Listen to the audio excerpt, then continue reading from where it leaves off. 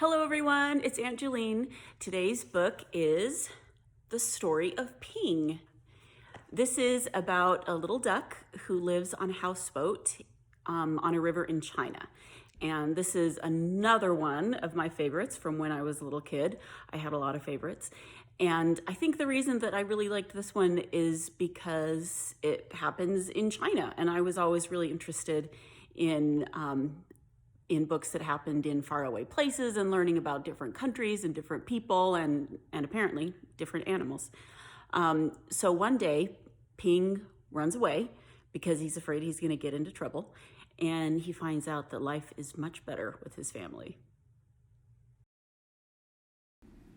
The Story About Ping by Marjorie Flack and Kurt Wise.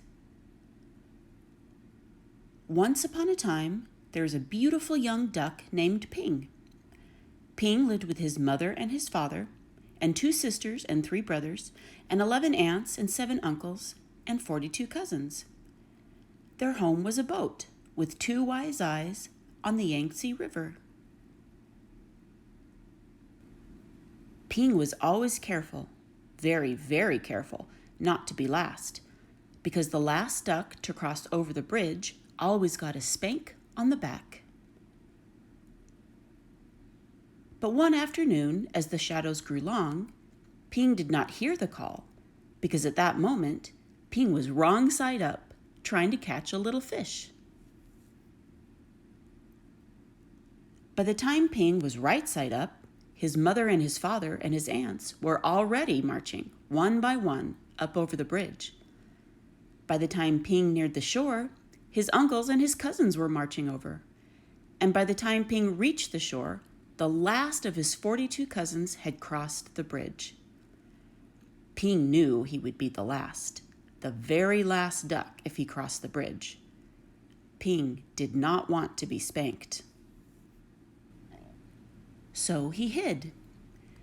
Ping hid behind the grasses, and as the dark came and the pale moon shone in the sky, Ping watched the wise-eyed boat slowly sail away down the Yangtze River.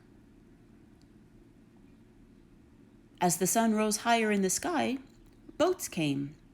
Big boats and little boats, fishing boats and beggars' boats, houseboats and raft boats, and all these boats had eyes to see with, but nowhere could Ping see the wise-eyed boat, which was his home.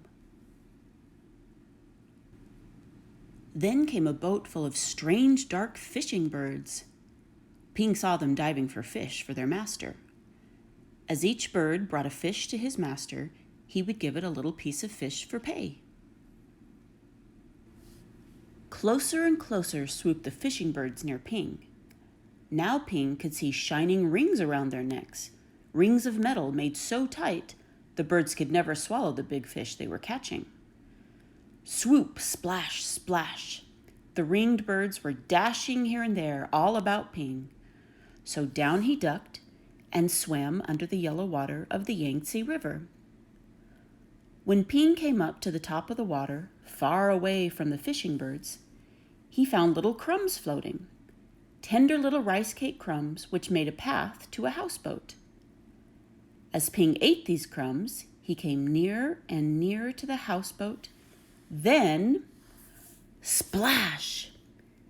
There in the water was a boy, a little boy with a barrel on his back, which was tied to a rope from the boat, just as all boat boys on the Yangtze River are tied to their boats. In the boy's hand was a rice cake. "Oh, ooh!" cried the little boy, and up dashed Ping and snatched at the rice cake. Quickly, the boy grabbed Ping and held him tight. "Quack, quack, quack, quack," cried Ping. "Oh, oh!" yelled the little boy. Ping and the boy made such a splashing and such a noise that the boy's father came running, and the boy's mother came running, and the boy's sister and brother came running, and they all looked over the edge of the boat at Ping and the boy splashing in the water of the Yangtze River. Then the boy's father and mother pulled at the rope which was tied to the barrel on the little boy's back. They pulled, and up came Ping and the boy onto the houseboat. "Ah, a duck dinner has come to us," said the boy's father. "I will cook him with rice at sunset tonight," said the boy's mother. "No, no! My nice duck is too beautiful to eat," cried the boy. But down came a basket all over Ping, and he could see no more of the boy or the boat or the sky or the beautiful yellow water of the Yangtze River. All day long, Ping could see only the thin lines of sun which shone through the cracks in the basket, and Ping was very sad. After a long while, Ping heard the sound of oars and felt the jerk, jerk, jerk of the boat as it was rowed down the Yangtze River. Soon the lines of sunshine which came through the cracks of the basket turned rose color, and Ping knew the sun was setting in the west. Ping heard footsteps coming near to him. The basket was quickly lifted, and the little boy's hands were holding Ping. Quickly, quietly, the boy dropped Ping over the side of the boat, and Ping slipped into the water, the beautiful yellow water of the Yangtze River.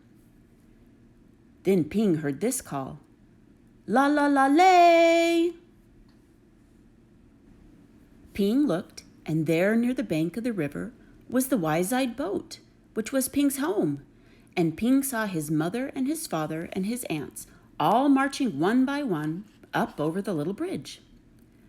Swiftly, Ping turned and swam, paddling toward the shore. Now Ping could see his uncles marching one by one.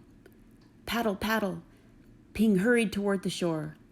Ping saw his cousins marching one by one. Paddle, paddle, Ping neared the shore, but as Ping reached the shore, the last of Ping's 42 cousins marched over the bridge, and Ping knew that he was late again. But up marched Ping, up over the little bridge, and spank came the spank on Ping's back. Then, at last, Ping was back with his mother and his father, and 2 sisters and 3 brothers, and 11 aunts and 7 uncles, and 42 cousins. Home again on the wise-eyed boat on the Yangtze River. The end.